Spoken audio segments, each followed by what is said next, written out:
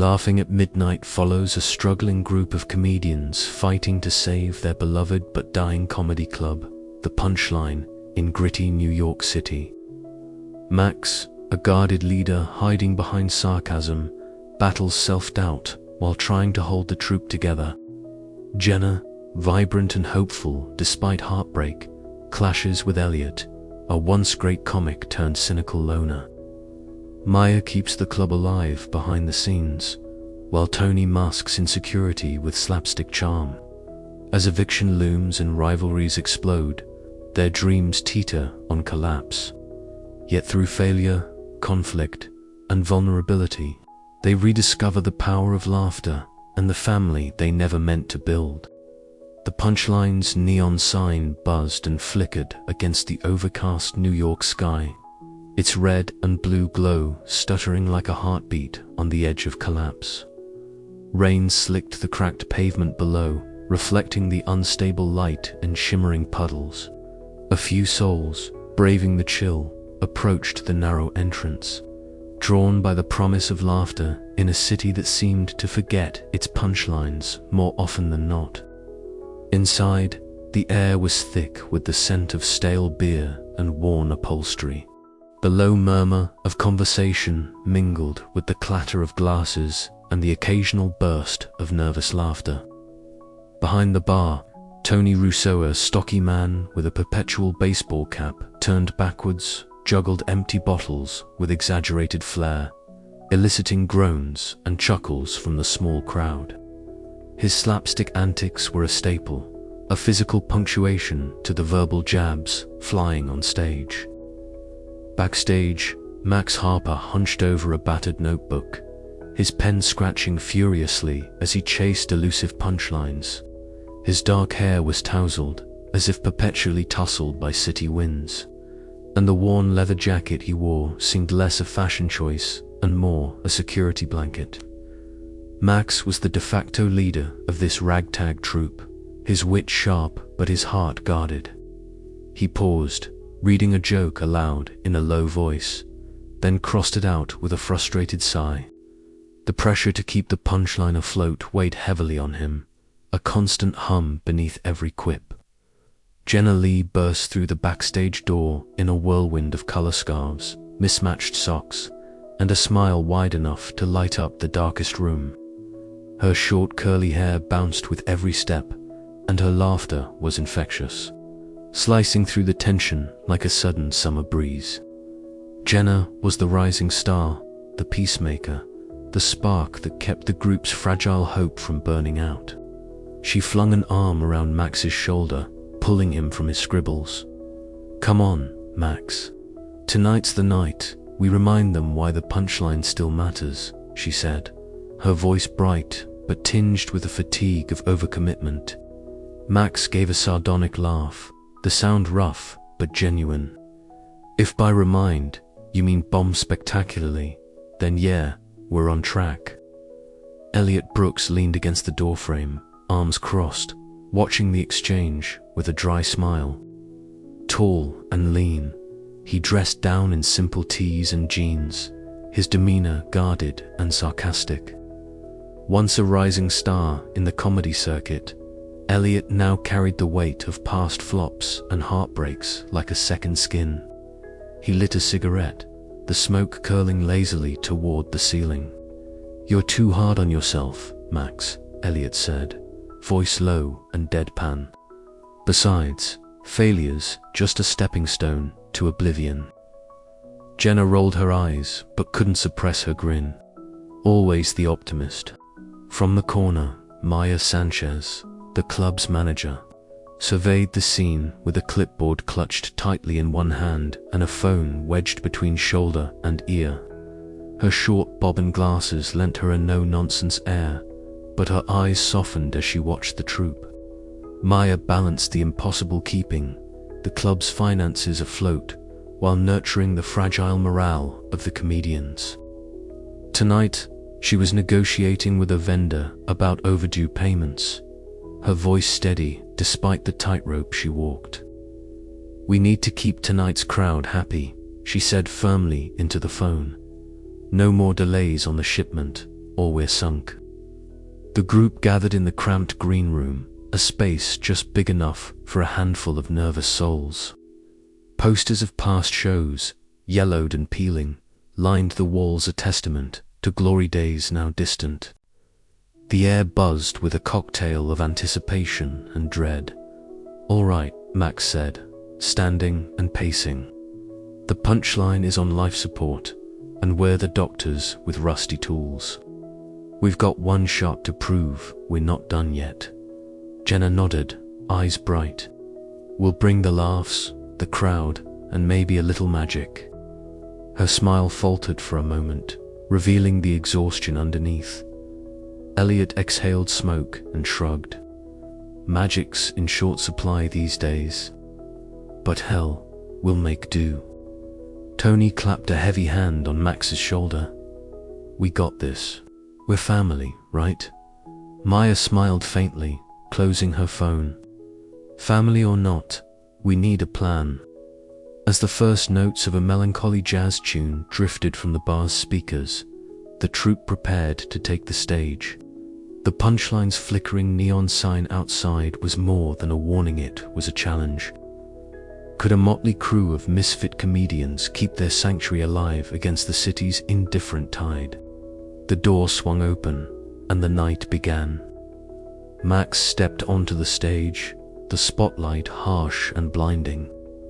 The room quieted, the few patrons leaning forward expectantly. He cleared his throat, his voice steady but carrying the weight of countless self-doubts. "So, you ever notice how New York is the only place where you can get lost and found in the same block?" He paused for effect, scanning the faces before him. A few tentative chuckles, encouraging enough. "Yeah, I once got lost on my way to a family dinner. My mother still thinks I'm in Queens somewhere, avoiding her." Laughter grew, warmer now. Backstage, Jenna paced, biting her lip. Eliot smoked silently, a ghost of a grin tugging at his lips. Maya monitored the bar, calculating the dwindling cash flow in her mind. Tony bounced in place, ready for his turn, a goofy grin plastered across his face. The night wore on with a patchwork of jokes, some landing, others flopping spectacularly. The club's future was uncertain, but for these few hours, the Punchline was alive. Outside, the neon sign buzzed and flickered, stubbornly refusing to go dark. The Punchline's neon sign sputtered feebly against the night sky.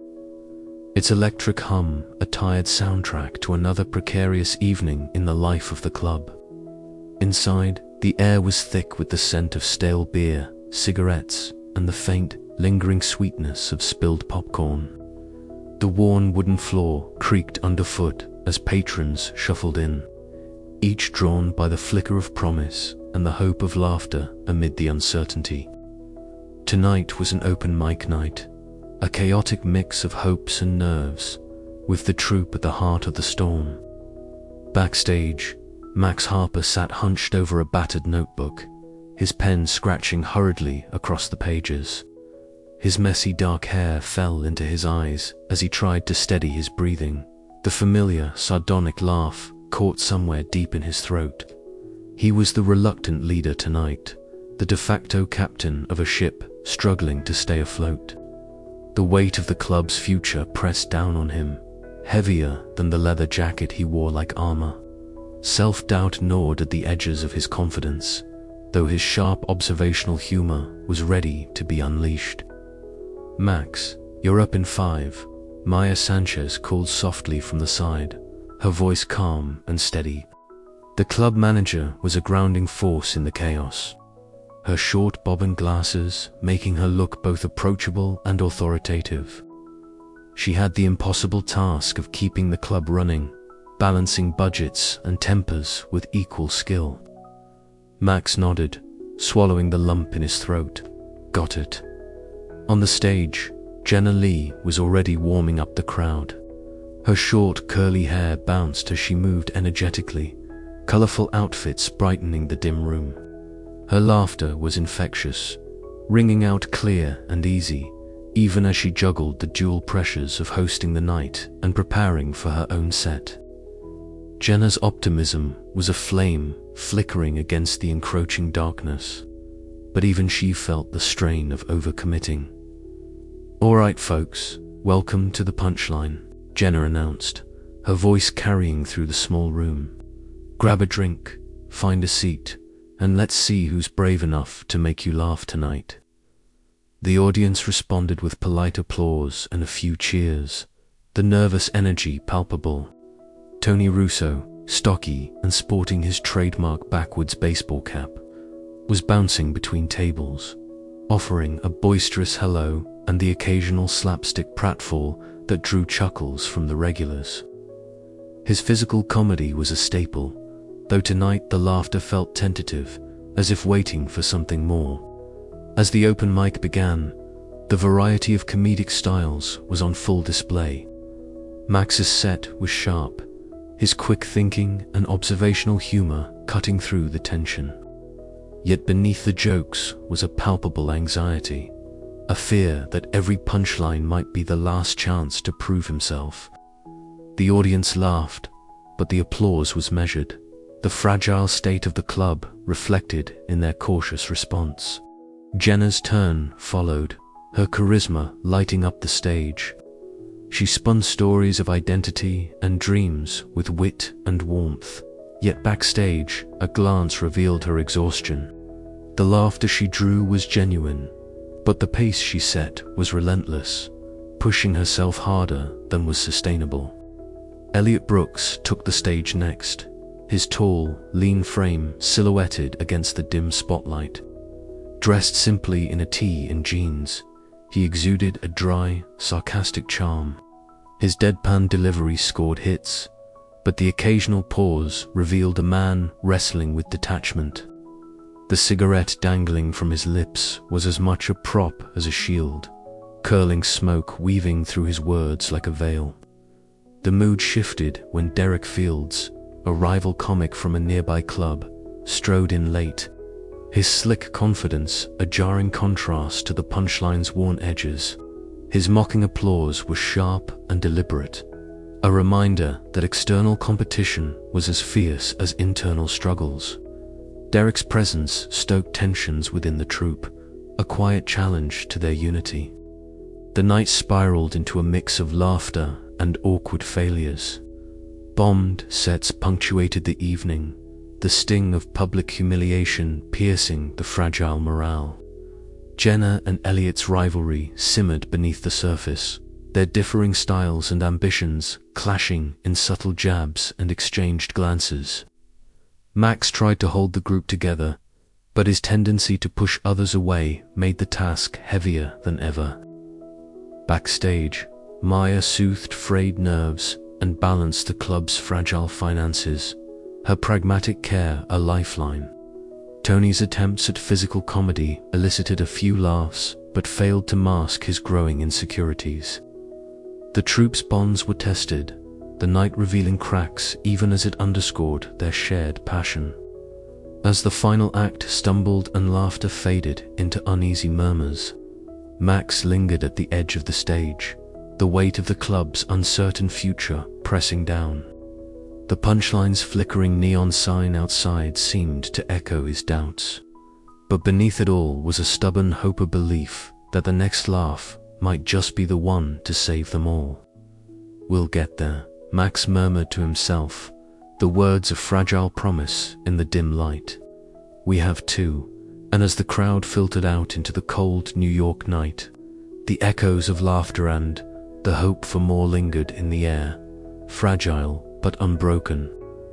Max Harper sat alone at the back corner of the punchline, the worn leather jacket hanging loosely on his frame as his fingers danced hurriedly across the pages of a battered notebook. The dim light flickered intermittently above, casting shadows that played tricks on the peeling wallpaper and uneven floorboards.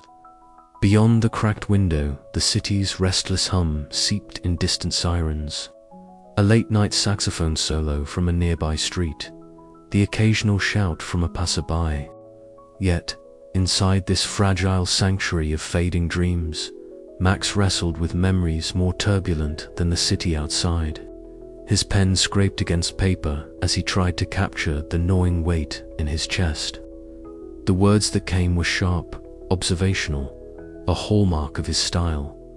But tonight, they tasted bitter, laced with an ache he rarely let surface. The strained phone calls from his family, the sharp disappointment in his father's voice when he chose comedy over a real career, the silence from his mother that spoke louder than any argument. These ghosts haunted him, fueling a fear that one misstep here wouldn't just close the club, but also confirm his worst fears about himself. As Max scribbled, fragments of a recent argument with his father replayed in his mind. "You think this joke business will pay the bills?" his father had said, voice tight with frustration. "Maybe it's time you grew up." That sentence had sliced through him, but tonight it also ignited a fierce resolve. Saving the Punchline was more than salvaging a building. It was reclaiming his identity, proving that his dreams mattered.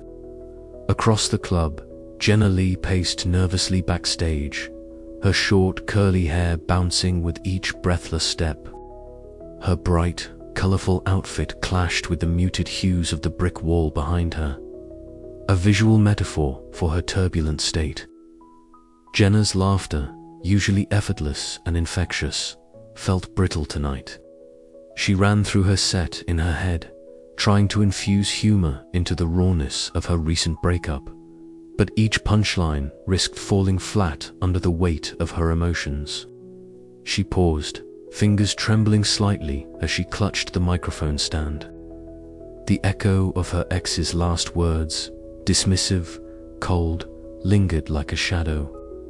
Comedy had always been Jenna's sanctuary, a place where she could shape her story on her own terms. But now, she questioned whether the pain was too fresh, whether her voice could still shine through the heartbreak.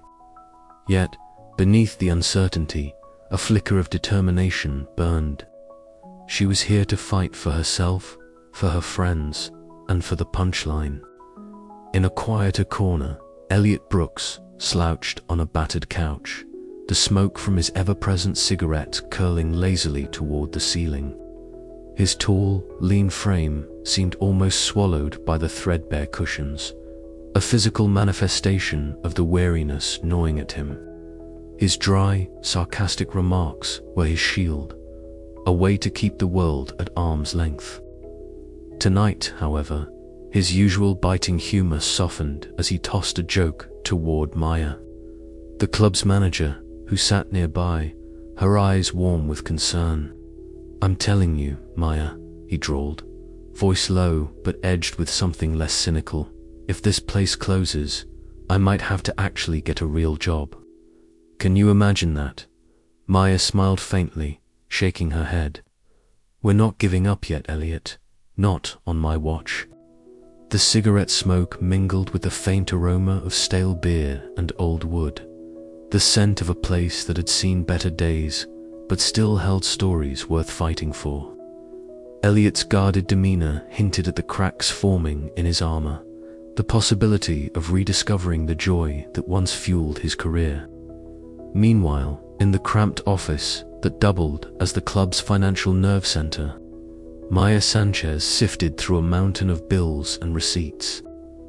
Her short bob framed a face etched with worry lines, yet softened by a resolute calm. The glow of a solitary desk lamp illuminated the papers as she adjusted her glasses and scribbled numbers. Every late payment, every overdue notice was a small battle in the war to keep the Punchline afloat. Tony Russo burst into the room with his usual boisterous energy, the baseball cap on his head turned backwards, as always. His stocky frame carried a physical comedy charm, and tonight, his jokes landed with better timing than his recent slapstick attempts on stage. "Hey Maya," Tony grinned, dropping a fist bump on the desk. "If we don't make it, I'm gonna haunt this place as a ghost comedian. Bet I'll be the funniest spirit you ever saw." Maya chuckled, the tension easing for a moment. Keep dreaming, Tony. But thanks for the laugh. These moments of camaraderie were fragile but vital. The glue holding together a group frayed by personal demons and external threats. The club's survival wasn't just a financial calculation, it was a testament to their shared resilience. Later that evening, as the troupe gathered for a brief meeting, Max finally broke the silence that had long hung between them. His voice was quieter than usual, tinged with vulnerability. "I know I've been pushing everyone away," he admitted. "But this place, this family, it's all I've got. I'm scared, yeah, but I want to fight. Not just for the club, but for all of us." Jenna nodded, her eyes shining with unshed tears. "I'm scared too, but maybe that's what makes us stronger. We've all got our pain, our doubts. Maybe that's the comedy, finding the light in the dark." Eliot exhaled a plume of smoke, a rare softness in his gaze. "I'm in, for the laughs, for the fight, for whatever's left of us." Maya smiled, feeling the weight of their words settle into a fragile hope. "Then let's get to work." As the night deepened, the group dispersed into the quiet hum of the city beyond. Each carried their burdens, fears, regrets, hopes, but also a new sense of purpose. The Punchline was more than a club. It was their dream, their refuge, their proving ground, and they were not ready to let it go. The flickering neon outside buzzed softly, its uncertain glow a beacon for those who dared to dream against the odds. But as dawn approached, the question lingered in the cool air. Could they turn their dreams into reality before the lights went out for good? The night had been long, but the fight was just beginning. The Punchline's back room was a chaos of clatter and clamor, a microcosm of the club's precarious state. Around a scarred wooden table, cluttered with coffee cups, crumpled napkins, and half-eaten sandwiches, the troupe sat in a haphazard circle, faces lit by the yellow glow of an overhead lamp that buzzed faintly. The air was thick with a mixture of stale smoke and desperation. Max Harper raked a hand through his messy dark hair, eyes sharp but weary. "We need something big," he said, voice low but urgent. "Themed nights, guest stars, viral stunts, whatever it takes." Jenna Lee bounced slightly in her chair, her short curls catching the light as she leaned forward. "What about a comedy through the decades night? We dress up, do sets inspired by different eras. It's fun, it's fresh, it's something people can Instagram." Eliot Brooks, tall and lean in his plain tee and jeans, exhaled a plume of smoke from his cigarette and scoffed. "Great, because nothing says save the club like a bunch of amateurs playing dress-up." "Come on, Eliot," Jenna shot back, her eyes flashing. "Maybe if you stopped being such a downer, you'd see the potential." The tension between them was palpable, a simmering undercurrent that had become all too familiar. Max tried to mediate, but his own frustration made it hard to find the right words. Maya Sanchez, the club's manager and emotional anchor, sat quietly at the side, her glasses slipping down her nose as she reviewed the dwindling ledger of finances. Tony Russo, stocky and wearing his usual backwards baseball cap, paced the room, occasionally throwing out slapstick suggestions that earned half-hearted chuckles. Just as Max was about to propose a compromise, Maya's phone buzzed. She glanced down, her face tightening. "It's here," she said softly, holding up a crisp white envelope. The room fell silent. "Victor Crane's legal team. They're moving forward with eviction proceedings. We've got 30 days. A collective breath was sucked in. The Punchline's fate had never felt more real, more imminent. Max's eyes darkened. "We're not going down without a fight," he declared, "but we have to get our act together fast." The next hours passed in a blur of ideas, some brilliant, others desperate. Jenna and Eliot's rivalry flared anew, each pushing harder to claim the spotlight, to prove their worth not just to the audience, but to themselves. Max struggled to keep the group united, his usual sardonic humor giving way to a rare vulnerability, as he confessed his fears of losing the club that had become his second home. Maya worked tirelessly behind the scenes, balancing calls with lawyers and potential sponsors, while Tony's slapstick routines brought brief moments of levity that reminded everyone why they loved what they did despite the odds. Yet the shadow of Victor Crane loomed large, his cold eyes and sharp suits a constant reminder that progress and profit threatened to erase their world. As the night deepened, the troupe found themselves standing at a crossroads. Their dreams and friendships were on the line, tested like never before. Could they channel their frustrations into fuel, their rivalry into collaboration? The Punchline flickered outside, its neon sign sputtering uncertainly, a beacon of both hope and fragility. In the end, the chapter closed not with resolution, but with a question hanging thick in the smoky air. Could laughter truly be enough to save a dream when the very ground beneath it was being ripped away? The answer, like the punchline of a difficult joke, was still out of reach, waiting for its moment to land. And as Max scribbled furiously in his battered notebook, searching for the words that might hold them together, the city outside pulsed with indifferent life funnyware, perhaps of the small battleground glowing faintly beneath one flickering neon light. The Punchline's battered neon sign flickered erratically as dusk seeped into the New York City streets, casting a weary blue glow over the club's peeling facade. Inside, the air was thick with cigarette smoke and the faint scent of stale beer. Tonight's open mic was supposed to be the lifeblood of the struggling venue, a chance for the troupe to remind the city why the Punchline still mattered. Instead, it was shaping up to be a night to forget. Tony Russo bounded onto the stage first, his usual boisterous grin faltering under the weight of the sparse crowd. His routine an elaborate physical comedy bit involving a fake slip and a juggling act with rubber chickens began with a clumsy confidence. But as the minutes dragged on, the laughter grew thin, replaced by uncomfortable silence and shifting feet. The spotlight flickered above him, spotlighting his red face as he struggled to salvage the set.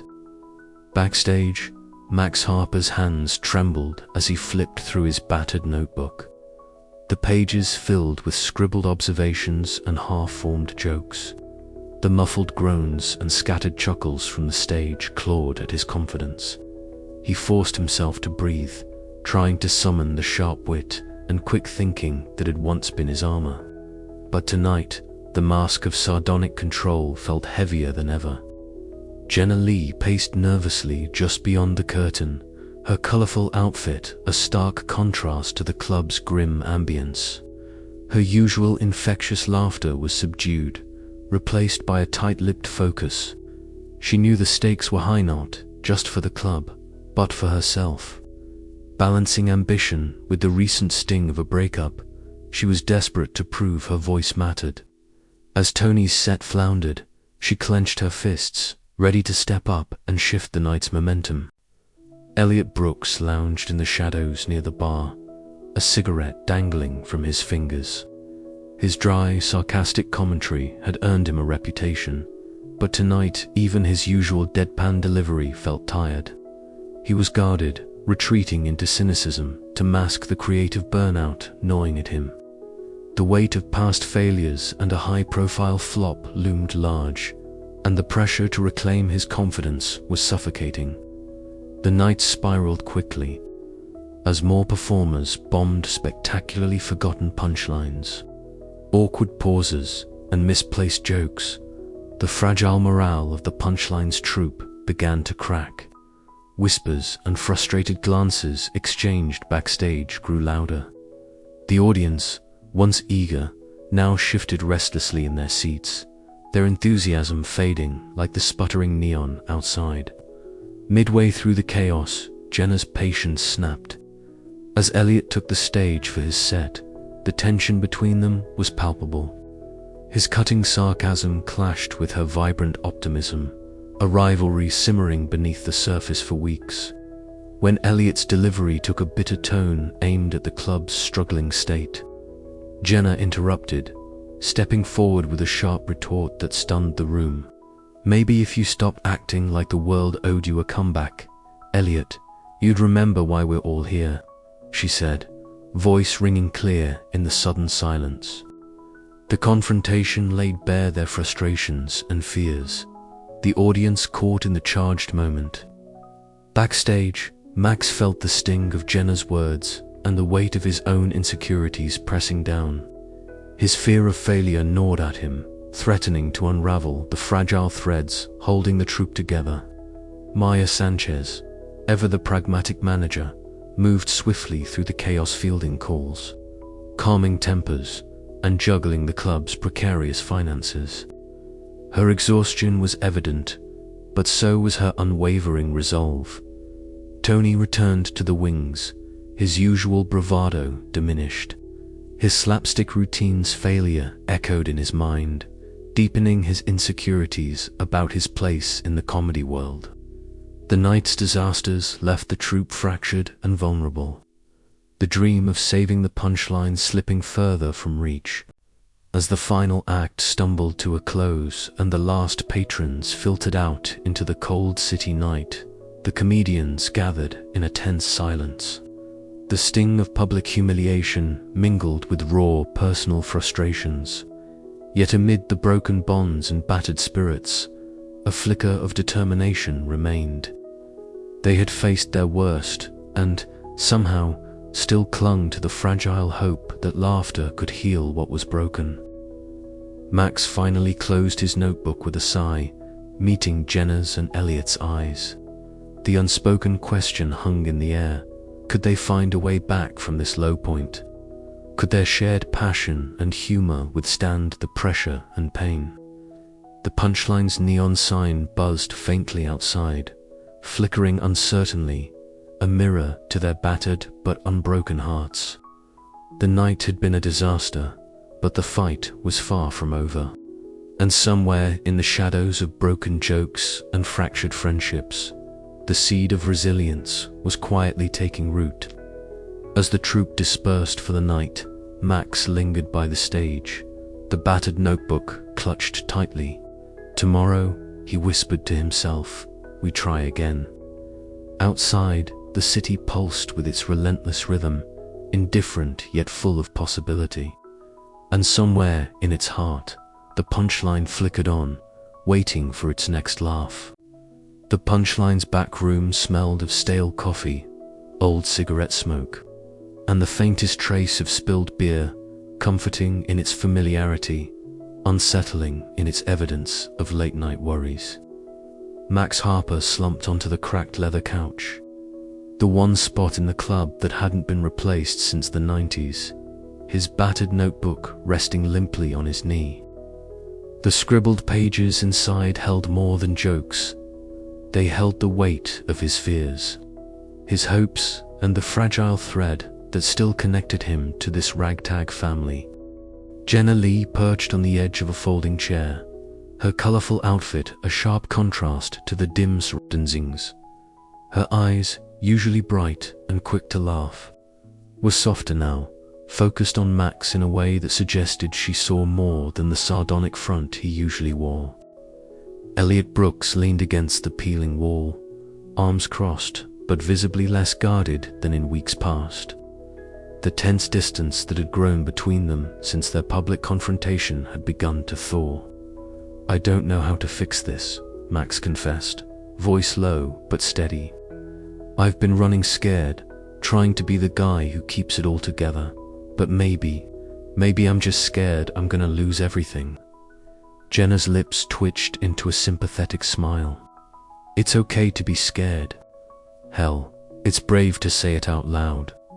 Eliot nodded, the smoke from his half-smoked cigarette curling in the stale air. We've all been hiding behind jokes. Maybe it's time to be honest, even if it's messy. For the first time in months, the three of them sat, not as performers competing for laughs or status, but as friends bound by shared dreams and vulnerabilities. The tension that had fractured their group began to knit itself back together in the quiet of that cramped room. Meanwhile, Jenna wrestled with her own internal battle. In her cramped apartment a few blocks away, the glow of her phone illuminated swatches of fabric and scribbled notes. Invitations to gigs, calls from agents, texts from friends, each one a tempting promise and a potential trap. She had always been the energetic optimist, the one who could juggle a dozen things at once. But the recent breakup had left cracks in her armor. Sitting cross-legged on the floor, Jenna took a deep breath, silencing the buzzing phone.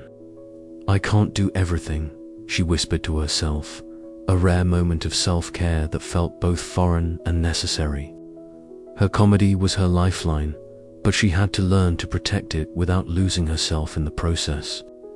Across town, Eliot found solace near the neon sign of the Punchline, its erratic flicker mirroring his own uncertain mood. The cold air nipped at his face as he pulled his simple tea tighter and let out a dry chuckle, a joke forming in his mind. It was small, but it was a spark of joy he hadn't felt since the slump began. In that moment, surrounded by the city's restless hum, Eliot reconnected with the passion that had once fueled his rise.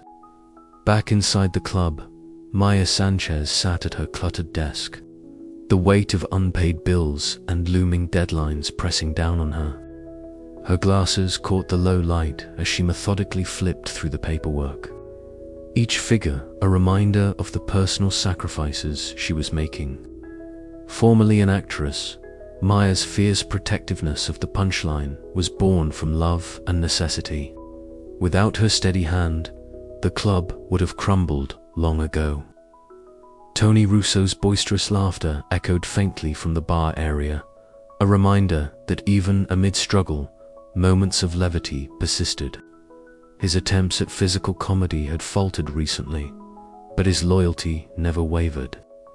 He was the heart and brawn of the troupe, grounding them when tempers flared and spirits flagged. Together, they formed a patchwork promise not of certainty, but of commitment. The fractured friendships and personal struggles that had threatened to unravel them were met with honesty and effort. Max's rare openness became the turning point, a beacon for the troupe to rebuild trust and find new strength. Yet the stakes were clear. The Punchline's survival was not guaranteed. Financial pressures loomed like a storm on the horizon, and the threat of eviction by Victor Crane's legal team was a constant shadow. Still, in that room filled with worn-out furniture and broken dreams, the comedians found a fragile hope. As Max closed his notebook for the night, a sardonic grin flickered across his face. "Maybe we're not done yet." Jenna smiled, the weight on her shoulders feeling a little lighter. "No, we're just getting started." And Eliot, inhaling deeply, flicked his cigarette ash into an empty jar, ready to find his voice once more. The Punchline wasn't just a club, it was their home.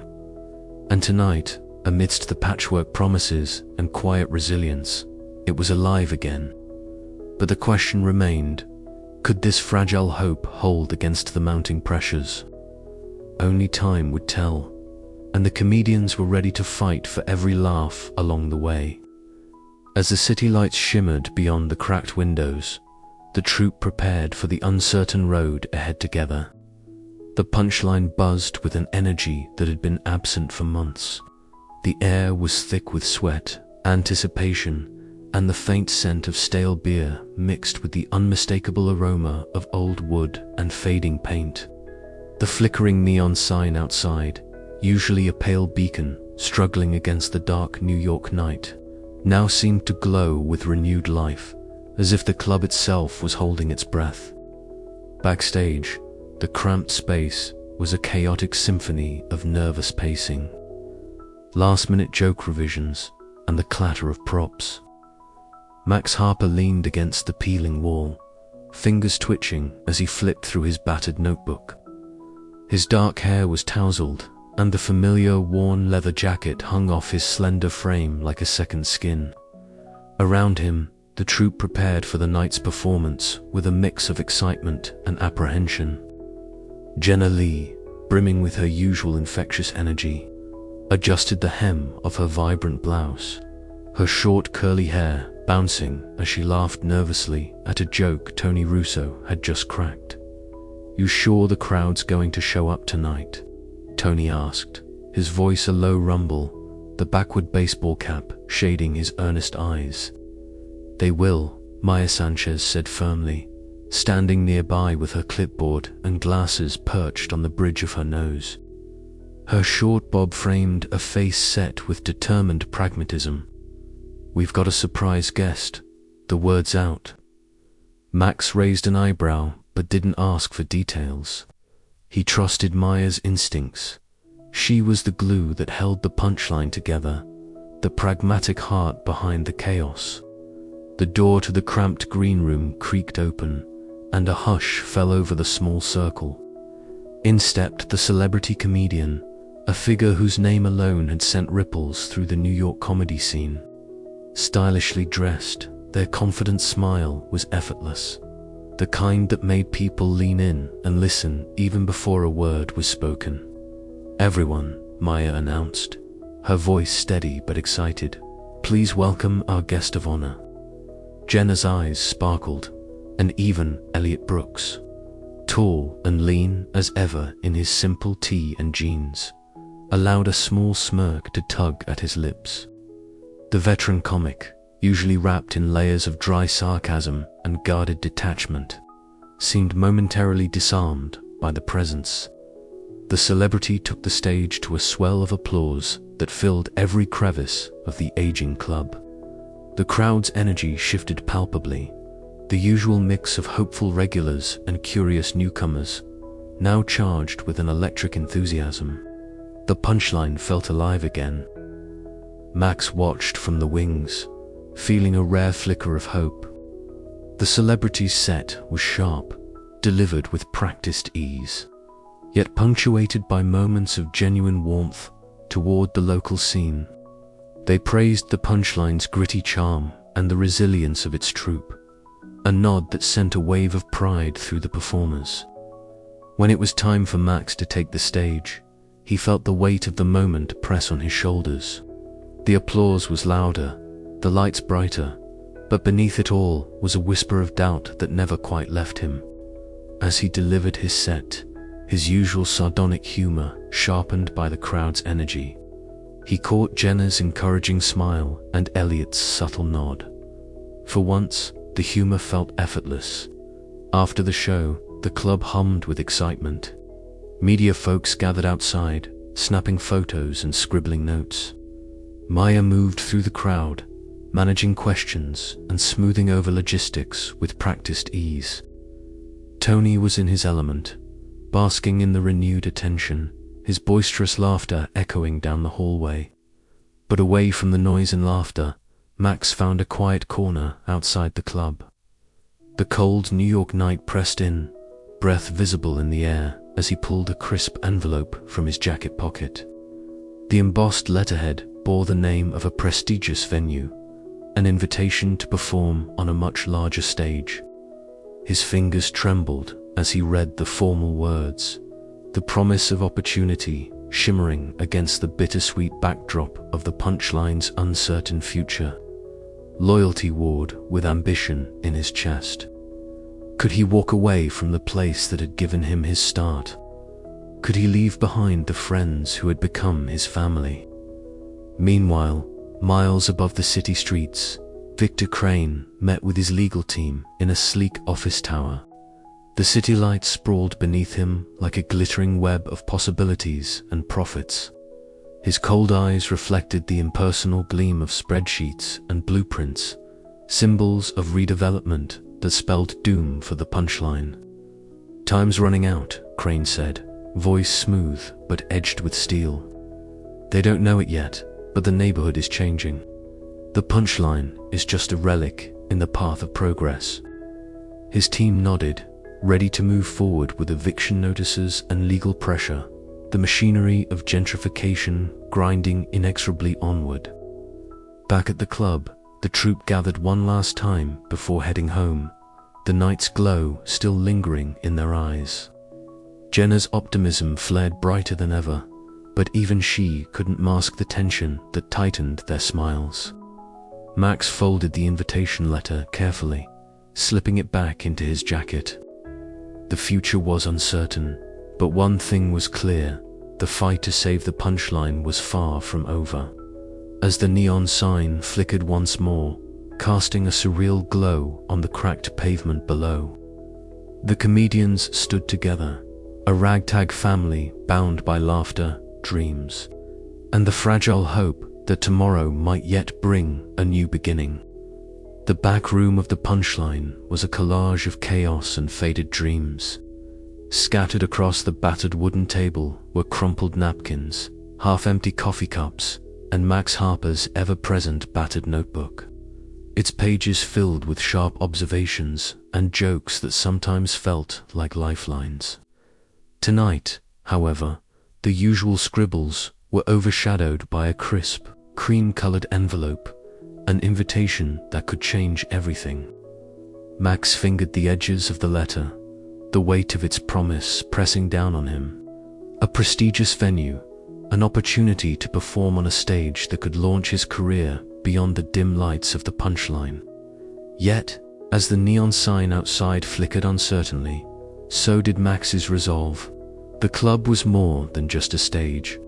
It was a sanctuary for this ragtag group of comedians, a place where their fractured dreams found a semblance of unity. He heard footsteps approaching and looked up to see Jenna Lee's vibrant presence filling the doorway. Her short curly hair bounced with energy, and her colorful outfit stood out sharply against the club's gritty surroundings. Jenna's eyes locked on the envelope with a mixture of hope and concern. "Max," she began, voice steady but urgent, "we can't keep treading water here. That invitation, it's a sign. We need to push forward, take bigger steps. The Punchline's future depends on it." Max sighed, rubbing the back of his neck. "I know, Jenna, but if I leave, what happens to the club?" "To us," Jenna stepped inside, closing the door behind her. "We're stronger than that, but we need to believe it, all of us. Especially Eliot." Before Max could respond, the sharp scrape of a cigarette dragging against the ashtray cut through the room. Eliot Brooks emerged from the shadows, tall and lean, his usual simple tee and jeans blending into the club's worn backdrop. The smoke curled around him like a shield as he took a slow drag. "So, the prodigal leader gets a shiny offer," Eliot said dryly, eyes narrowing. "Funny how the big leagues always want you after you're already drowning here." Jenna's eyes flashed with irritation. "It's not about leaving anyone behind, Eliot. It's about growing, about survival." Eliot flicked ash onto the floor, his voice low but cutting. "Survival's a joke when you're selling out the people who got you started." The tension thickened, the room seemingly shrinking as old wounds and new ambitions clashed. Max's hesitation, Jenna's determination, and Eliot's cynicism formed a volatile triangle that threatened to unravel the fragile bonds holding the troupe together.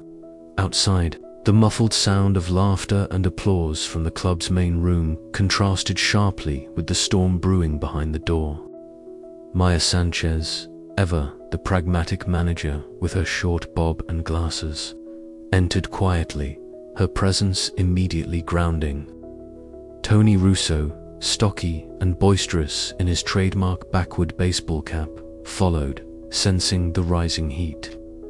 "Enough," Maya said firmly, stepping between the trio. "We're all fighting for the same thing. But this division, it's exactly what Victor Crane wants." Tony nodded, his usual loud energy tempered by seriousness. Yeah, we're not just comics, we're a family. And families argue, but we don't tear each other apart. Jenna took a deep breath, her assertiveness softening into something more conciliatory. We have to find a way forward. Together, Eliot dropped his cigarette, grinding it underfoot reluctantly. Maybe, but it's going to take more than speeches. Max finally stood, the invitation in his hand folded but not yet discarded. We've hit a crossroads. But the choice isn't just about me or the club. It's about who we want to be separately and together. The room fell silent, the weight of Max's words settling among them.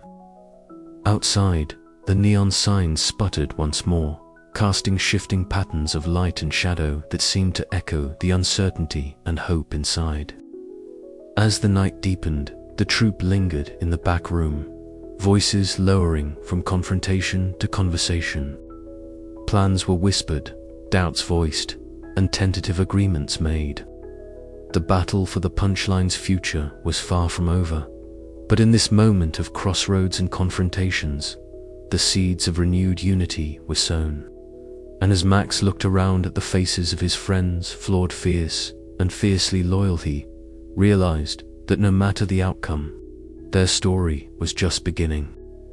The flickering neon outside blinked once, then steadied, as if winking in solidarity with the troupe inside, a small, stubborn light refusing to be extinguished. The Punchline's backstage was unusually stifling that evening, the air thick with an almost tangible tension that none of its usual noise-clinking glasses, muffled laughter, the buzz of neon could penetrate.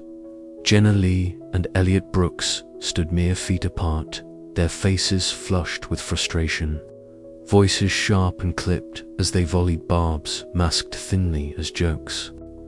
The rest of the troupe hovered uneasily nearby, caught in the undertow of a rivalry that had been simmering for weeks but now boiled over in the claustrophobic confines of their shared sanctuary.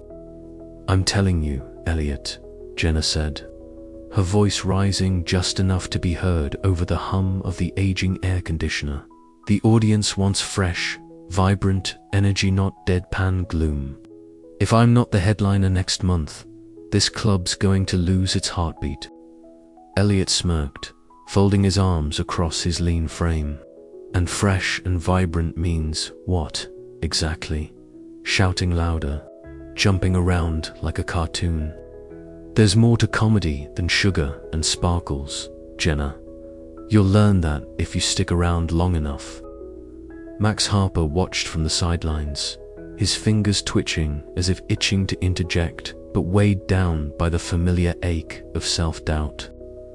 He had always been the de facto leader, the voice of reason when chaos threatened to tip over their fragile world. But tonight, even he felt like a bystander, powerless to bridge the widening gap between his two brightest stars. "Enough," Max finally said, stepping forward, his voice low but firm, carrying the weight of exhaustion and authority. "This isn't just about who gets top billing. It's about keeping this place alive. We're all on the same side." Jenna shot him a glare, her short curly hair catching the dim light as she turned away. Eliot's expression hardened, but he said nothing, retreating into silence.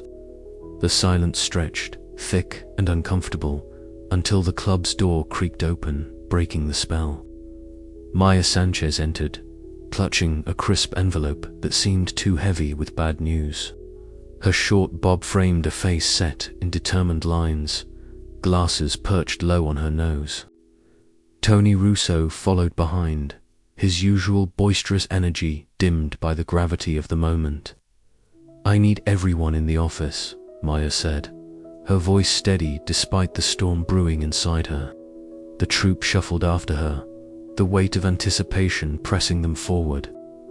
Inside the cramped office, Maya unfolded the eviction notice with deliberate care, the legal jargon stark against the worn wooden desk. Tony leaned against the wall, fists clenched, while Max paced slowly, the edges of his worn leather jacket brushing the floor. Victor Crane's team is serious, Maya said quietly, eyes sweeping over each of them. This is their final notice. We have 30 days. A heavy silence engulfed the room. The punchline they'd been fighting to save was now a ticking clock, counting down to oblivion. Jenna's eyes glistened with unshed tears, but she squared her shoulders. Then we fight, she declared. We do everything we can to keep this place open. Eliot exhaled sharply, the first crack in his usually impenetrable cynicism. We'd better, because if this place dies, so do all of us.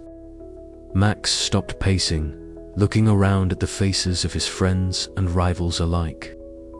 For all their differences and conflicts, they shared a fragile dream. The kind that kept them coming back to the mic night after night, chasing laughter in a city that often seemed indifferent. All right, Max said, voice steadying. We put aside the rivalry. We pull together for the punchline. As the neon sign outside flickered uncertainly against the gathering dusk, the troupe gathered closer, the fragile threads of their friendship stretched but not broken. They stood at the edge of an abyss, the final eviction notice a stark reminder of the fight ahead. The power struggle wasn't over, but for now, survival demanded a truce. And beneath the tension, a spark of hope flickered, small and fragile, but stubbornly alive, just like the punchline itself. The coming days would test every ounce of their resilience, forcing them to confront not only the threat from without, but the fractures within. But if they could endure the clash of egos and fears, maybe, just maybe, they could reclaim the laughter that once filled these walls and save the club that had become their home. As Max scribbled a plan in his battered notebook, the unmistakable echo of a sardonic laugh broke the silence, a reminder that humor, even under pressure, was their greatest weapon. And with that, the troupe prepared to face the uncertain night ahead. The punchline's future was hanging by a thread. But in the heart of New York City, where dreams collided with harsh realities, the fight was far from over. Would they find a way to unite and survive? The next move was theirs, and the stakes had never been higher. The punchline breathed a tired, uneven breath that night, its flickering neon sign outside struggling to hold a steady glow against the encroaching darkness of the city. Inside, the air was thick with tension and exhaustion, the usual buzz of laughter and applause dampened by the weight of uncertainty. Backstage, Jenna Lee sat curled on the cracked leather couch that had seen better days. Her colorful outfit a stark contrast to the muted shadows around her. Her short, curly hair was damp, not from sweat but from tears she refused to shed openly. The laughter from the stage was a distant echo now, fading into a silence that felt as heavy as the city itself. Jenna's set had been a brave effort, but the jokes about her recent breakup fell flat, the audience polite but distracted. She had tried to mask her pain with humor, but as the spotlight dimmed and the next comic took the stage, the fragile facade crumbled. She exhaled softly, the weight of loneliness pressing down.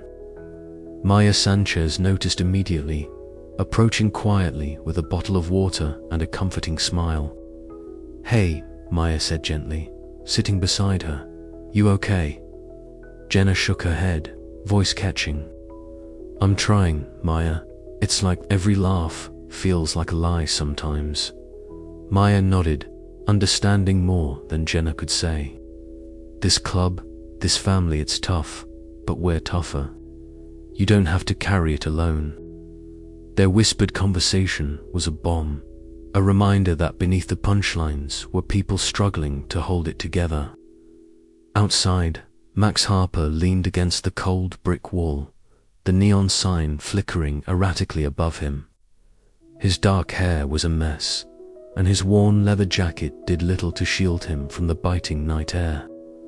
The phone in his hand buzzed again, the screen lighting up with a call from his father.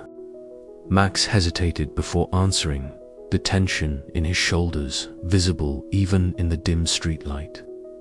"Max," his father's voice was low, edged with years of disappointment and unspoken regrets.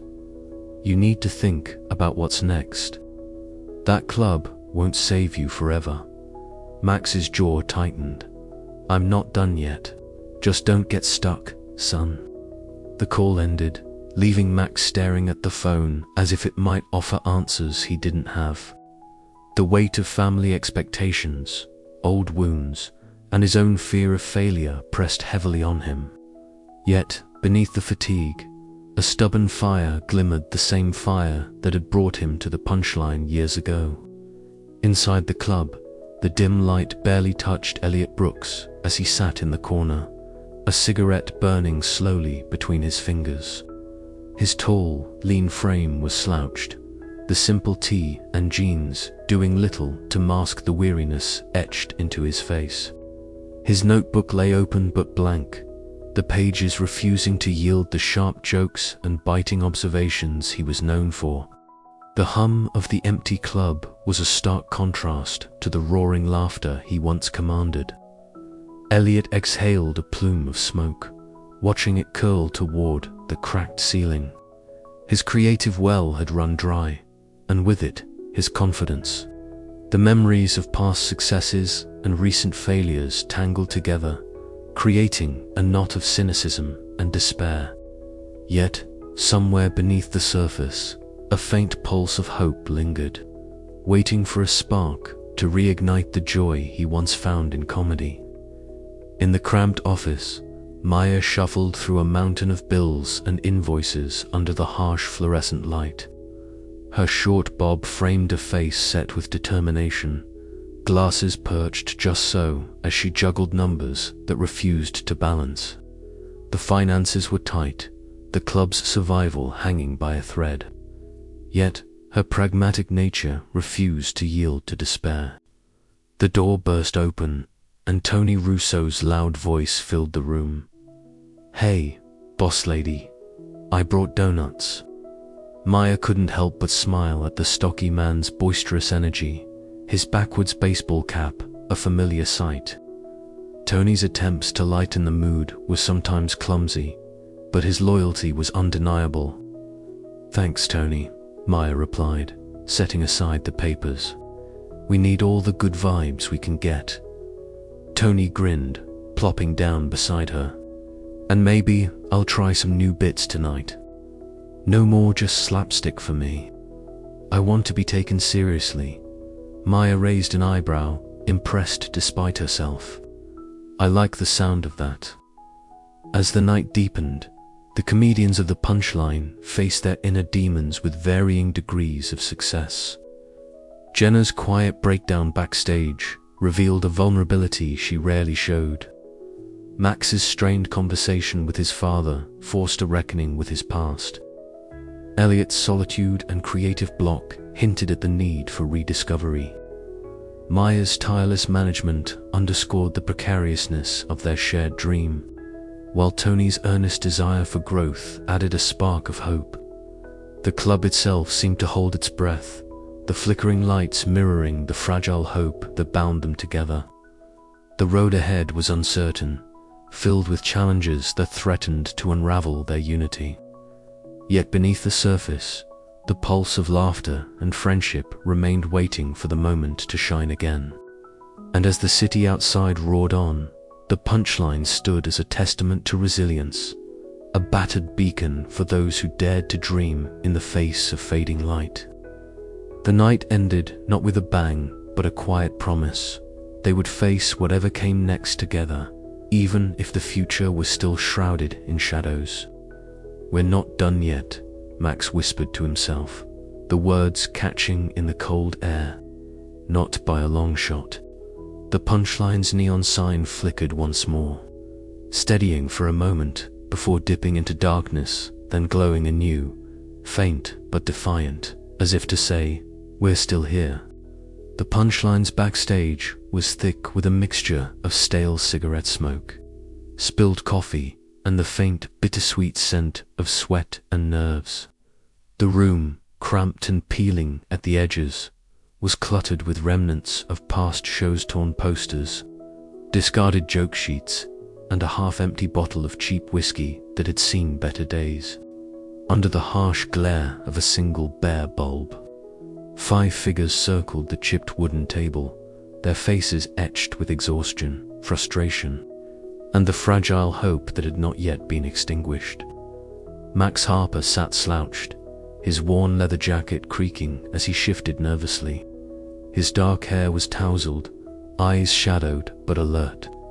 The usual sardonic smile was absent, replaced by an uncharacteristic tension. Across from him, Jenna Lee's vibrant curls seemed almost luminous in the dim light, her colorful outfit a beacon of energy amid the gloom.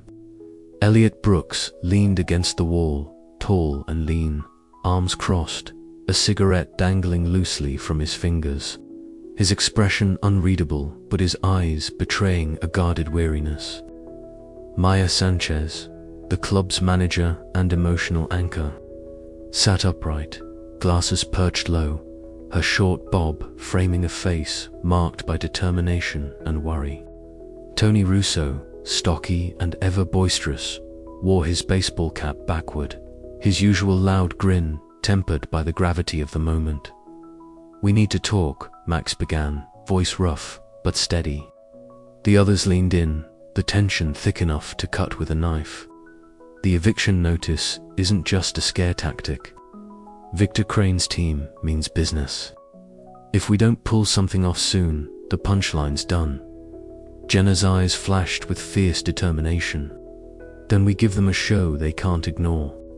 Something bold, something that reminds New York why this place matters." Eliot snorted quietly. "Bold? We can't even get through an open mic without half the acts bombing." "I know," Max said, rubbing his forehead. "But this is different. This is our last shot." Maya folded her hands tightly. "I've been crunching numbers. We're bleeding money fast. But if we can pack the house for this showcase, get some media attention, maybe even a celebrity drop-in, we might just scrape by." Tony punched the table lightly. "Then let's make sure everyone knows it's the event to be at. No more half-hearted jokes or slapstick fails. This is the big league." The room fell into a charged silence. Each of them wrestled with the weight of the moment and the ghosts of their past failures. Max's thoughts drifted to the opportunity he had once walked away from, the promise of a career that now seemed a lifetime ago. Jenna recalled the sting of her recent breakup, the way it had shaken her confidence but also sharpened her voice. Eliot's cynicism momentarily cracked as he remembered why he had fallen in love with comedy in the first place, the thrill of a laugh, the connection with an audience. "We can't do this alone," Maya said softly. "We're a mess, sure, but that's what makes us real. That's what makes the punchline special." Max nodded slowly, the familiar spark of leadership rekindling. "All right, we put the past behind us. We come together. We fight for this place, for our dreams." Jenna grinned, her optimism infectious. "Then let's get to work." As the meeting broke up, the air felt lighter, charged not with despair but with cautious hope. The comedians scattered to their corners of the club, each carrying the fragile flame of possibility. Tonight had been the reckoning, the moment they faced their fears and chose to stand together, however imperfectly, against the tide. Outside, the city hummed with indifferent energy. The punchline's neon sign flickered uncertainly, but inside, the troupe's laughter and resolve began to stitch together the fragile seams of their shared dream. Tomorrow's battles awaited, but for now, they had taken the first, hardest step. Max lingered a moment, looking at the battered notebook in his hand. He scribbled a line, a joke born from the night's tension. It was rough, unpolished, but it was theirs. And maybe, just maybe, it was enough. The night was far from over. the air inside. The punchline was thick with anticipation and the faint scent of stale beer mixed with the dusty promise of a new beginning. Under the tired glow of the dimmed amber bulbs that hung crookedly from the ceiling, the worn wooden stage beckoned Max Harper like a challenge he wasn't sure he was ready to meet. Tonight's rehearsal wasn't just another run-through. It was a crucible where past failures and future hopes would collide. Max stood center stage, notebook clutched loosely in one hand, his other hand twitching with a nervous energy he rarely allowed himself to show. The leather jacket he wore had seen better nights, much like himself, but it was his armor, and tonight he needed all the protection it could offer. He cleared his throat and began, voice low and uneven at first. The jokes were sharp, as always, but the usual sardonic edge gave way to something more fragile, a confession veiled in humor. "I used to think failing was just a punchline waiting to happen," Max said, eyes flicking nervously toward the back of the room where Jenna Lee and Eliot Brooks sat watching. "Turns out, it's more like a recurring nightmare you can't wake up from." Jenna's face softened, her short curls bouncing as she laughed quietly, while Eliot's usual impassive expression cracked just enough to reveal a hint of empathy beneath the cynicism. Max took a deep breath, his voice gaining steadiness.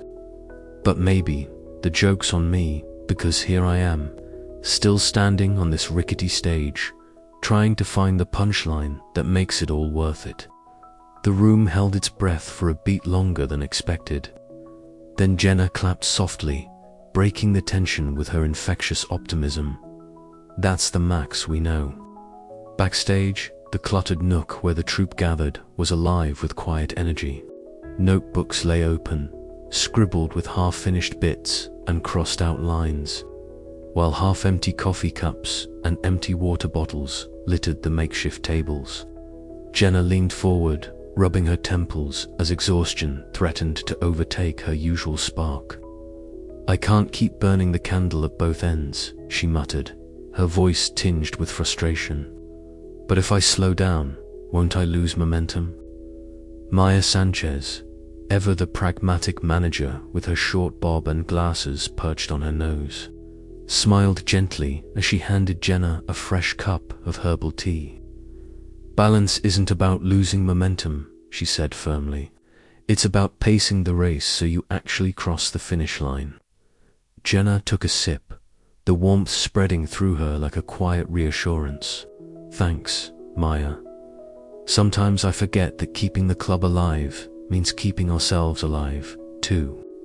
Meanwhile, near the battered bar that bore the scars of years gone by, Eliot Brooks stood with a cigarette dangling loosely between his fingers. His tall, lean frame was relaxed in a way that was new, less guarded, less sarcastic. When Tony Russo, the stocky, baseball-capped comic, stumbled through a clumsy physical gag during rehearsal, Eliot chuckled genuinely, the sound low and rare.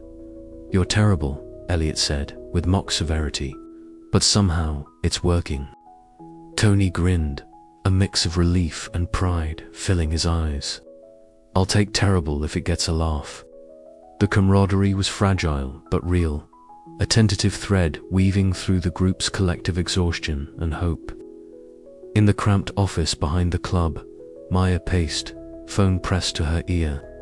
Bills and schedules were strewn across the desk, a testament to the delicate balancing act she performed daily. Her voice was steady but worn as she negotiated late into the night, securing last-minute resources and concessions to ensure the club's readiness. "We're doing everything we can," she said quietly to herself after hanging up. "This place deserves that much." The night stretched on, the troupe's rehearsals punctuated by moments of breakthrough and setback. Max's willingness to bear his insecurities shifted the group's dynamic. Trust began to replace suspicion and rivalry. Jenna's newfound balance allowed her to shine without burning out, while Eliot's softened cynicism rekindled his passion for the craft. Maya's sacrifices underscored the stakes beyond the stage, and Tony's determination added a vital spark of energy.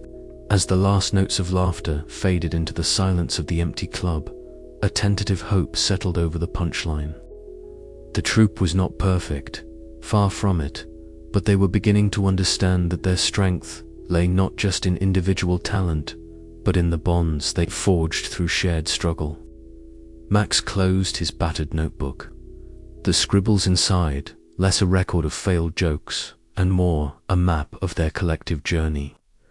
"We've got one shot," he said quietly, more to himself than anyone else. "Let's make it count." Outside, the neon sign flickered on, its uncertain glow a fragile beacon in the New York night.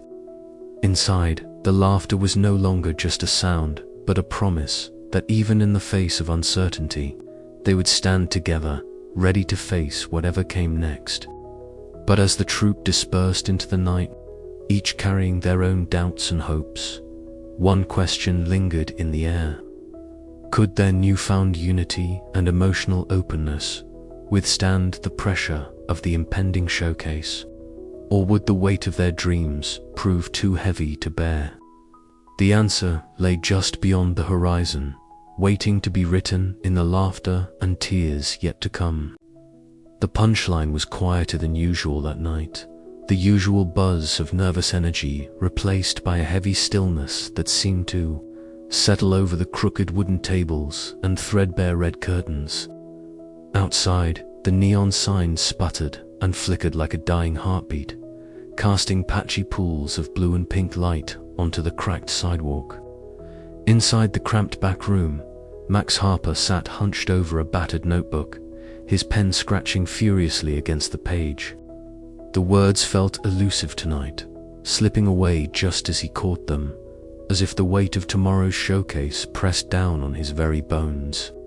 Max's gaze flicked up to the grimy window, where the hazy glow of street lamps cut through the early evening mist. His fingers tightened around the pen, his mind a jumble of jokes, fears, and memories. He thought about his family, their disappointed voices echoing in his head, and the promise he'd made to himself to prove that this ragtag comedy club was more than just a rundown relic.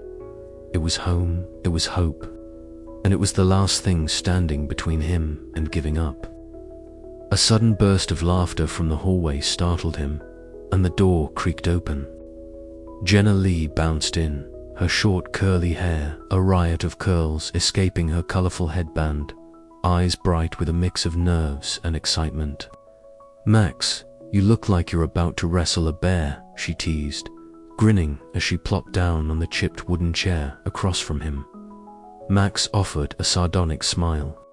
"Maybe I am. Tomorrow's the big night, Jenna. If this doesn't work, I don't know what will." Jenna waved a hand dismissively. "We've got this. Besides, what's the worst that could happen? We bomb and go down in flames. That's comedy gold in itself." Max laughed, a short sardonic burst that betrayed his tension. "You always know how to make me feel better." Before Jenna could reply, the door opened again, and Eliot Brooks appeared, his tall, lean frame silhouetted in the dim light. His usual simple tee and jeans looked a little worse for wear, and a faint shadow of exhaustion clung to his face. Yet beneath that, there was a flicker of something softer, maybe hope, or relief at being among friends who understood the weight he carried. "You two plotting world domination without me." Eliot's voice was dry, the hint of a smirk tugging at the corner of his mouth. Jenna perked up. "Never. We're just trying to keep Max from turning into a nervous wreck." Eliot chuckled, taking a seat beside them. "Well, good luck with that."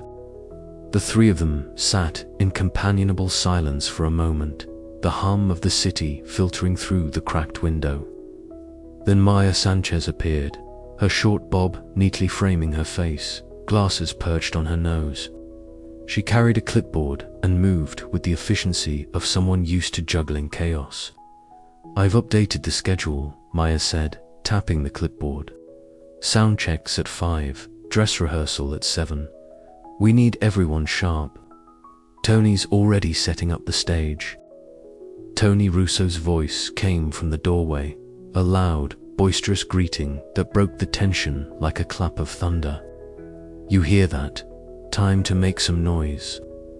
The group smiled, the warmth of their shared purpose momentarily pushing back the shadows of doubt.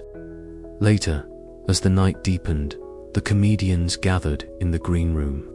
A cramped space cluttered with costume racks, empty coffee cups, and half-eaten sandwiches.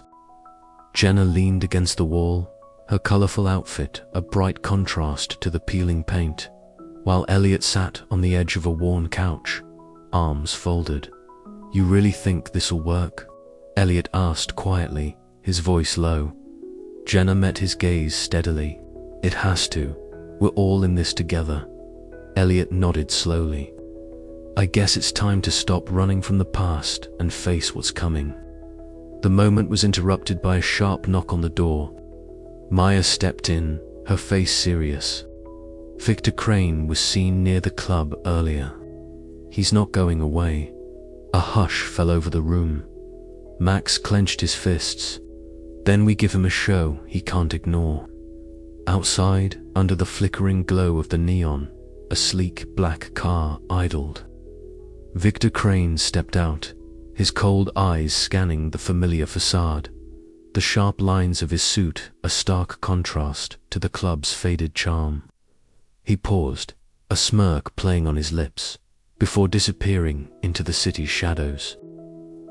Back inside, the troupe gathered for a final round of preparations. Nervous laughter mingled with whispered encouragements as they reminded each other why they fought so hard, not just for the punchline, but for the dreams and friendships that had survived so much. Max looked around at his friends, his heart pounding. Tomorrow was more than just a showcase.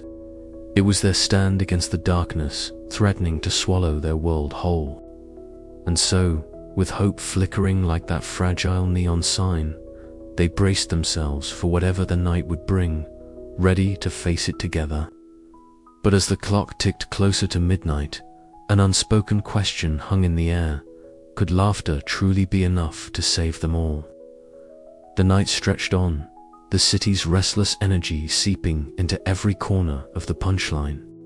Each comedian wrestled with their own thoughts, memories of past failures, dreams deferred, the fragile bonds that held them together. Yet beneath the uncertainty, a quiet strength grew, fueled by shared laughter and the stubborn refusal to give up. Max found himself outside for a moment, the cool night air a balm against his racing mind. He looked up at the flickering sign, its intermittent glow a reflection of his own wavering confidence. A voice beside him made him jump. You gonna be okay? Jenna asked, her tone softer than usual. He nodded, managing a small smile. As long as we all show up tomorrow, yeah. She smiled back, the tension easing from her shoulders. Then let's make sure we do. Together, they turned back inside, ready to face the dawn and whatever challenges it might bring. For tomorrow, the punchline would not just be a club. It would be a beacon, a testament to the resilience of friendship, the power of humor, and the unyielding pursuit of dreams. And in that, perhaps, lay the true heart of their fight. The night was far from over, and the real test was yet to come. The anticipation in the air was palpable as the crowd filed into the punchline, an eager buzz threading through the dimly lit room. The mismatched chairs creaked under the weight of expectation, while the flickering neon sign outside cast an uneven glow through the grimy windows, a silent witness to the night's significance. Inside, the smell of stale beer mingled with the faint trace of burnt coffee, a scent that had come to define the club's charming imperfection. Backstage, the troupe moved with a mixture of nervous energy and practiced routine.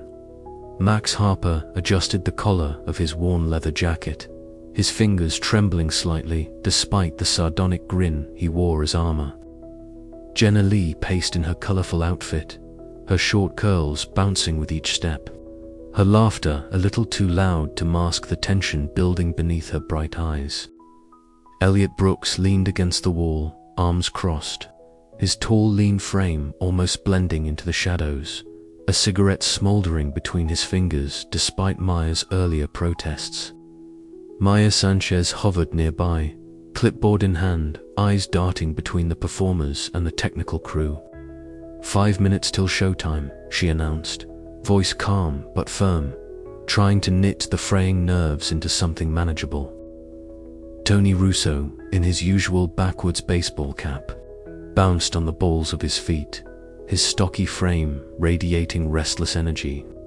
The first act was a newcomer, a jittery comic whose nervousness was almost contagious. As he took the stage, the microphone emitted a harsh crackling, followed by a sputtering feedback that cut into the silence like a knife. The spotlight flickered, wavering uncertainly, a metaphor not lost on anyone watching. The audience shifted uncomfortably, the tension thickening like fog. Max watched from the wings, jaw clenched. This was their moment, fragile as it was, and already the night threatened to unravel. He caught Jenna's eye. She forced a smile, but the tightness around her mouth betrayed her concern. When Jenna finally took the stage, she launched into her set with the usual effervescent charm, weaving personal anecdotes with sharp observations that coaxed laughter from the crowd. But backstage, the atmosphere was anything but light. Eliot, simmering with unspoken frustration, muttered under his breath about the club's direction and Jenna's rising prominence. Their simmering tension boiled over just as Jenna was delivering a punchline. A sharp exchange of words echoed from behind the curtain, voices rising in volume and intensity. Maya's eyes widened as she realized what was unfolding. Tony stepped closer, ready to intervene if necessary. Suddenly, Jenna stormed off stage mid-set, her voice carrying over the speakers as she addressed the audience directly, exposing the backstage strife in a moment of raw honesty that stunned everyone.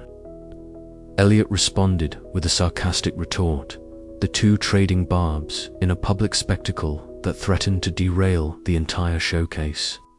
The audience's laughter turned nervous, the fragile joy of the night cracking under the weight of real conflict. Max pushed his way onto the stage, the spotlights catching the determined set of his jaw.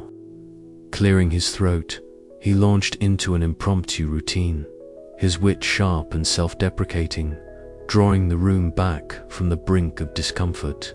"Well," he quipped, "if we can survive that, maybe this club really is magical or cursed. Either way, you're stuck with us tonight." Laughter rippled through the crowd, genuine and healing. Behind the scenes, Maya and Tony worked frantically to resolve the technical issues, their hands flying over mixers and cables, their faces tight with concentration.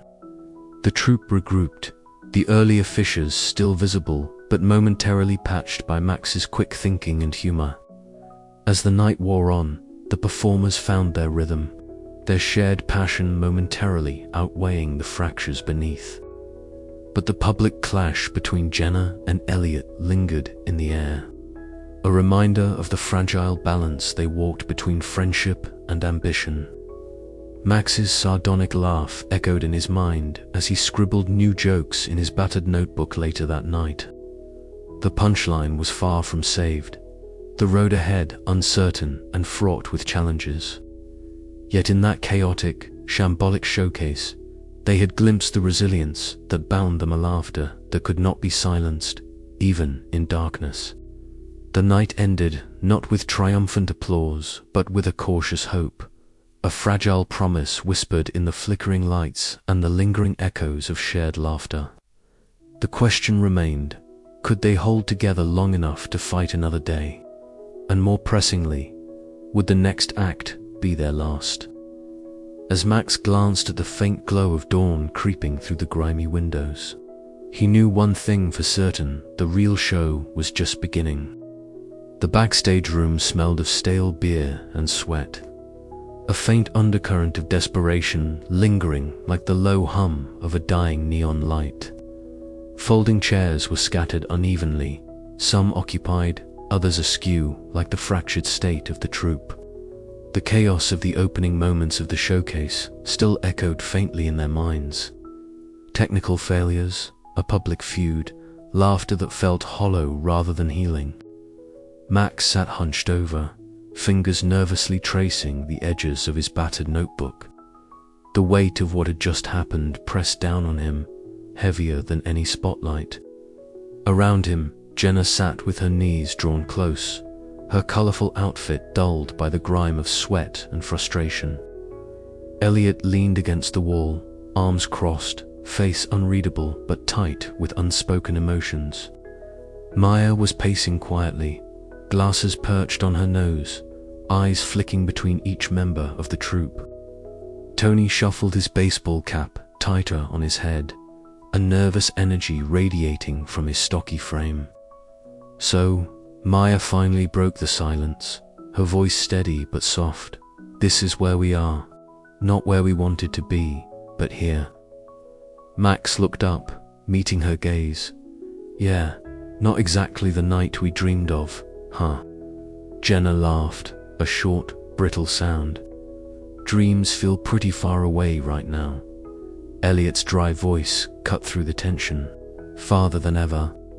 The room fell quiet again. Max opened his notebook, flipping through pages of scribbled jokes and half-formed ideas. Maybe we're trying too hard to fix things all at once," he murmured. "Maybe we need to just remember why we started." Jenna nodded slowly. "I think I lost sight of that tonight. I got so caught up in proving myself, in all the noise, that I forgot why I love this." Eliot let out a rare, humorless chuckle. "Love comedy. I thought you were just here to keep the peace." "Maybe I was," Jenna admitted, "but it's more than that. It's who I am." Max closed his notebook and leaned forward. "Me too. I've been so afraid of failing, I pushed everyone away. But this group, this club, it's family." Maya stopped pacing and looked at each of them. "I've been risking everything to keep this place open. I'm scared, but I believe in you all. And I believe in the punchline." Tony stood, cracking his knuckles. "I may be the butt of the jokes sometimes, but I'm not going anywhere. We're stronger than one bad night." Slowly, the atmosphere shifted. Hurt gave way to hope. Frustration softened into determination. They weren't perfect, and the road ahead was uncertain, but their bond frayed but unbroken was a lifeline. "So," Max said with a half smile, "what's next?" Jenna grinned, her eyes bright despite the fatigue. "We get back up. We make them laugh." Eliot cracked a genuine smile, the first in hours. "And this time, we do it together." The backstage room, once a place of shadows, now felt like a small sanctuary. The punchline's neon flicker outside might still waver, but inside, a new light was beginning to burn. It wasn't the perfect performance, but it was theirs, imperfect, raw, and full of promise. As they stood and prepared to face the uncertain night ahead, the laughter that waited beyond the curtains felt a little closer, a little more real. And for the first time in a long while, the comedians believed they could pick up the pieces and rebuild not just the club, but themselves. And maybe, just maybe, that was enough. But as the hum of the city seeped through the cracked walls, none of them could shake the looming question: could their newfound unity withstand the pressure of what was still to come?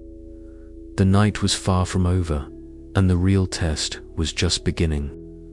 The punchline's worn curtains drew back with a gentle rustle, revealing the stage bathed in a warm amber glow that softened the worn edges of the battered venue. The wooden floor creaked familiarly beneath the feet of the troupe as they stepped into the spotlight. the weight of the moment settling over them in a tangible hush. The packed room held its breath, friends, strangers, and loyal regulars alike, all drawn by the promise of laughter, hope, and perhaps a glimpse of something more. Max Harper was the first to step forward, his leather jacket hanging loosely from his frame. There was a flicker of hesitation in his eyes, an unusual vulnerability that had been carefully guarded for so long. The usual sardonic edge to his voice softened as he began, weaving a story not just of jokes and punchlines, but of personal failures and the scars they left behind. His voice cracked briefly as he recounted a moment from his past, the room shifting from fits of laughter to a quiet empathy that wrapped around him like a warm blanket. The laughter returned, richer and more sincere, buoyed by the honesty that underscored each joke. Jenna Lee followed, her presence a burst of color on the dim stage. Her short curly hair caught the light as she animatedly shared tales of identity, belonging, and the complicated dance of chasing dreams while honoring one's roots. Her jokes were sharp and witty, but her delivery carried a tender undercurrent that resonated deeply with the crowd. She laughed easily, inviting the audience into her world, her energy infectious. Each punchline landed with a warmth that felt like an embrace, and the applause that followed was both thunderous and genuine. Eliot Brooks took the stage last, his tall, lean frame almost blending into the shadows at first. His deadpan delivery was a familiar landscape, but tonight there was a subtle shift, a hint of softness beneath the sarcasm. He spoke candidly about failure, burnout, and the fragile process of rebuilding oneself from the rubble. The audience leaned in, hanging on each carefully measured word, their laughter mingling with moments of reflective silence. As he closed his set, the cheers that erupted were not just for the jokes, but for the courage it took to share such truths. Backstage, Maya Sanchez watched with a quiet smile, her heart swelling with pride. The sacrifices she'd made, the battles she'd fought behind the scenes, all led to this moment of collective triumph. Tony Russo paced nervously, his usual boisterous energy tempered by the weight of the night. But even he found himself caught up in the magic unfolding on stage, his usual jokes tinged with a newfound sincerity. Together, the troupe had transformed the fragile threads of their individual stories into a tapestry of resilience and hope. The Punchline was more than a club. It was a sanctuary where dreams were chased, friendships forged, and laughter became a lifeline. As the final applause echoed through the room, the comedians took their bows, their faces illuminated by the glow of shared victory and the uncertain promise of tomorrow. The future of the Punchline remained unclear, but tonight, the power of their united voice had carved a space for hope to grow. Max caught Jenna's eye and smiled, a silent acknowledgement passing between them, a promise to keep fighting, to keep laughing together. Eliot exhaled, the weight on his shoulders lightened by the unspoken bond that now held them tight. Outside, the city lights twinkled against the night sky, indifferent yet somehow hopeful. Inside the Punchline, laughter lingered in the air, a beacon against the darkness. And as the comedians left the stage, the echo of their final act carried with it a question hanging softly in the air.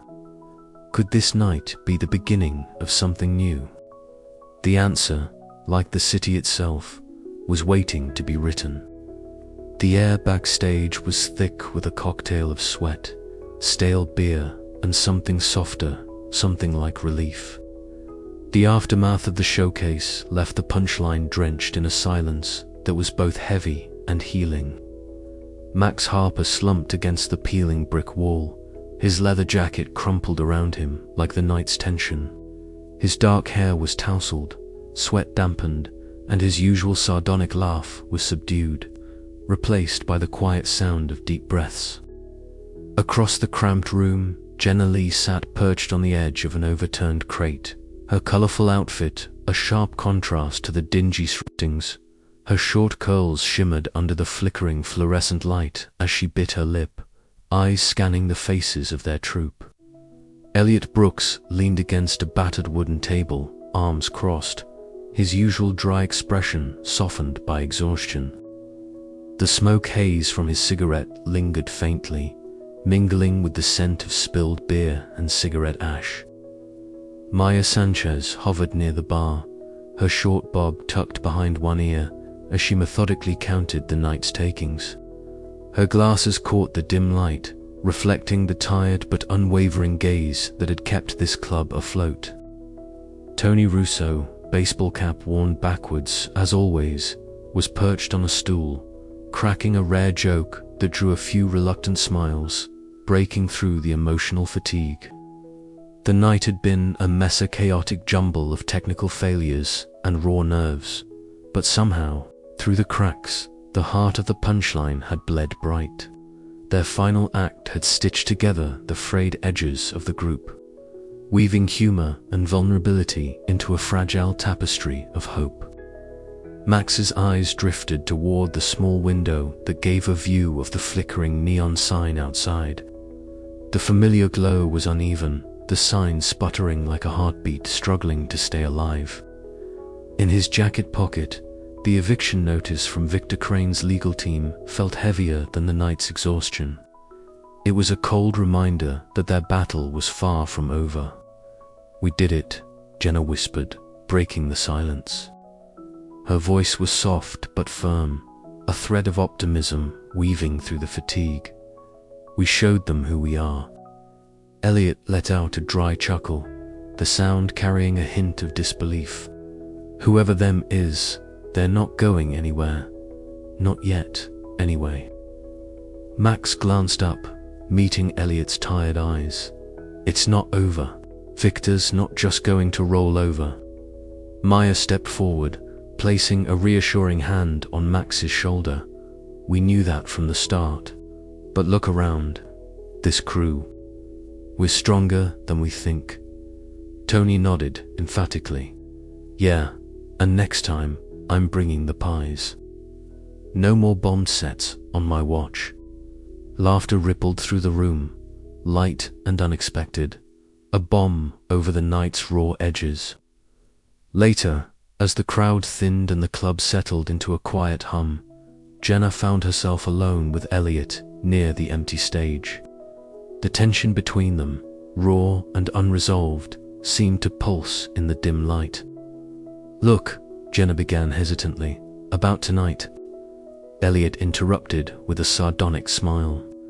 "You mean the bit where I almost punched you?" She sighed, then laughed softly. "Something like that? I guess I'm sorry. For everything." He shrugged, eyes glinting with something unreadable. "Me too. Maybe we're better off as rivals than enemies." Their handshake was tentative, a silent truce forged in the quiet aftermath. It was fragile like the future of the Punchline itself, but it was a start. Outside, Max lingered under the neon glow, the eviction notice crumpled in his hand. The city's noises swirled around him, distant sirens, the murmur of late-night traffic, laughter spilling from a nearby bar. Somewhere in the chaos, the Punchline lived on, a stubborn flicker of light in the sprawling city. He thought of the club's battered walls, the countless jokes scribbled in his battered notebook, the friends who had become family. It wasn't just a building. It was a beacon for their dreams, a stage for their truths. "We fight," he muttered to himself. "For the laughs, for the love, for the life that this place gives us." And somewhere deep inside, beneath the cynicism and fear, a spark of hope kindled. The battle was not won, but the war for the Punchline's soul had only just begun. As dawn crept over the city skyline, the troupe gathered one last time in the dim light, their laughter echoing into the uncertain future of promise that no matter what came next, they would face it together. The Punchline might flicker, falter, and fade. But as long as they held on to their humor and each other, the night would always end with laughter. The Punchline's neon sign flickered uncertainly against the early hours of the night. Its pale glow, a stubborn heartbeat in the relentless pulse of New York City. Inside, the familiar scent of stale beer mingled with the sharp tints of sweat and anticipation. The club, though battered and worn, hummed with a quiet energy that was both fragile and fierce. Tonight was not just another show. It was a testament to gathering of souls bound by laughter and dreams that refused to die. Max Harper adjusted the microphone stand, his fingers tracing the worn leather of his jacket as if drawing strength from its familiar weight. The room was dim, the amber stage lights casting long shadows that danced softly along the cracked walls. Faces filled the seats, some regulars, others newcomers drawn by the buzz of a final night. A last chance to witness the heartbeat of a place many had called home. He stepped forward, the creak of the wooden floor beneath his feet a grounding rhythm. Max's voice cut through the murmurs, warm and steady, carrying a joke that was equal parts humor and heart. Laughter rippled through the room, not loud or boisterous, but genuine, an embrace across the small space that felt like a promise. This was their sanctuary, their battleground, their family. Backstage, Jenna Lee paced slowly, her colorful outfit a bright contrast to the muted backstage walls. Her breath caught in her throat as she watched Eliot Brooks settle into a quiet corner, his lean frame hunched in contemplative stillness. The tension that once defined their rivalry had softened, replaced by an unspoken understanding. Jenna smiled to herself, the weight of past conflicts lifting as she caught Eliot's eye. A small nod, a shared smile, simple gestures that spoke volumes. Meanwhile, Maya Sanchez sat at the manager's table near the bar, her short bob framing her face as she counted the meager cash in the register. The numbers were tight, the future uncertain, but her eyes gleamed with fierce determination. Nearby, Tony Russo, stocky and jovial, launched into an impromptu dance, eliciting chuckles that filled the room with warmth. In that moment, the imperfections of the night, the flickering lights, the creaky floorboards, the strained finances felt less like obstacles and more like parts of a story still being written. As the night deepened, the performances unfolded like chapters in a shared memoir. Max's set wove humor with vulnerability, each punchline a bridge between past regrets and future hopes. Jenna's act sparkled with the optimism that had always defined her, tempered now with a newfound confidence that came from surviving heartbreak and hardship. Eliot's deadpan delivery held a quiet joy, a rediscovered love for the craft that had once seemed lost. The audience responded with laughter and applause, a chorus of support that buoyed the performers' spirits. The air was thick with the bittersweet taste of what was and what could be, a delicate balance between celebration and farewell. Outside, the city breathed around them, indifferent yet alive. As midnight approached, the troupe gathered beneath the flickering neon sign, its light casting playful shadows on their faces. They raised cheap beer bottles in a toast, their laughter weaving into the night like a defiant anthem. "To the Punchline," Max said, voice steady, eyes shining. "To us, to whatever comes next." Jenna grinned, the weight of the journey pressing lightly on her shoulders. "We may not know the future, but we have each other, and that's enough for now." Eliot nodded, the cynicism softened into quiet hope. "As long as there's laughter, there's life." Maya's smile was tired but genuine. "And as long as we're together, this place will never truly die." Tony lifted his bottle higher. "Here's to midnight laughter, may it echo forever." The night stretched on, filled with stories, jokes, and the unspoken promise that no matter what storms the future held, they would face them together. The Punchline stood not just as a building, but as a bikini testament to resilience, friendship, and the healing power of humor. As the city's heartbeat slowed toward dawn, the comedians parted ways, carrying with them the warmth of shared dreams and the strength of a bond forged in laughter. The neon sign flickered once more, steadying as if breathing with them. The future was uncertain, but the fight, their fight, was far from over. And somewhere in the quiet, a new joke was waiting to be told.